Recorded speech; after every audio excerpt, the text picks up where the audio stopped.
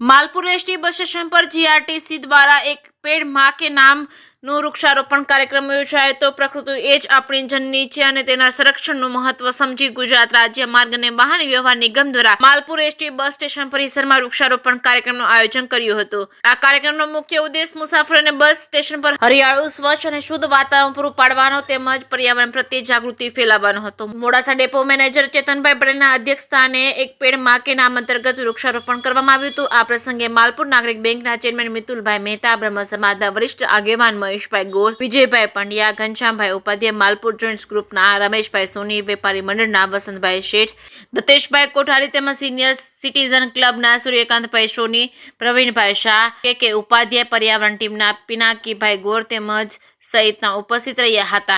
જેકે સિંહ ગુજરાતી સાથે મયુર પોકાર, मालपुर। एक पेड़ माँ के नाम के उद्देश्य से हम यहाँ पे मालपुर बस स्टेशन पे हाजिर हुए हैं।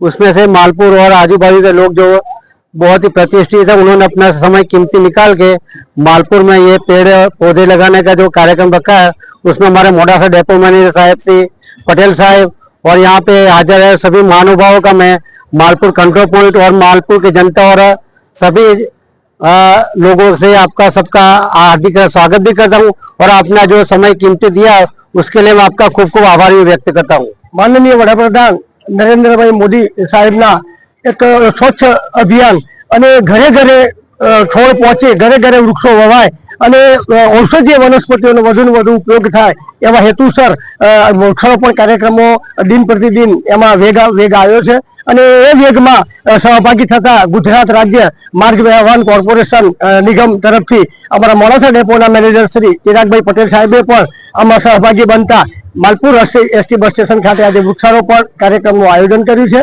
खूब सुंदर आयोजन કર્યું છે। એમાં અમારા નાગરિક બેંકના ચેરમેન માન્ય મિતુલભાઈ શ્રી, અમારા બ્રહ્મ સમાજના વડીલો, વેપારી મંડળના અગ્રણીઓ અને સ્ટાફ મિત્રો, વન વિભાગના કર્મચારીઓ સૌ જોડાયા છે। એનો પણ અમને આનંદ છે। વધુ ને વધુ વૃક્ષો વવાય એવી અમારી સૌની નમ્ર વિનંતી છે।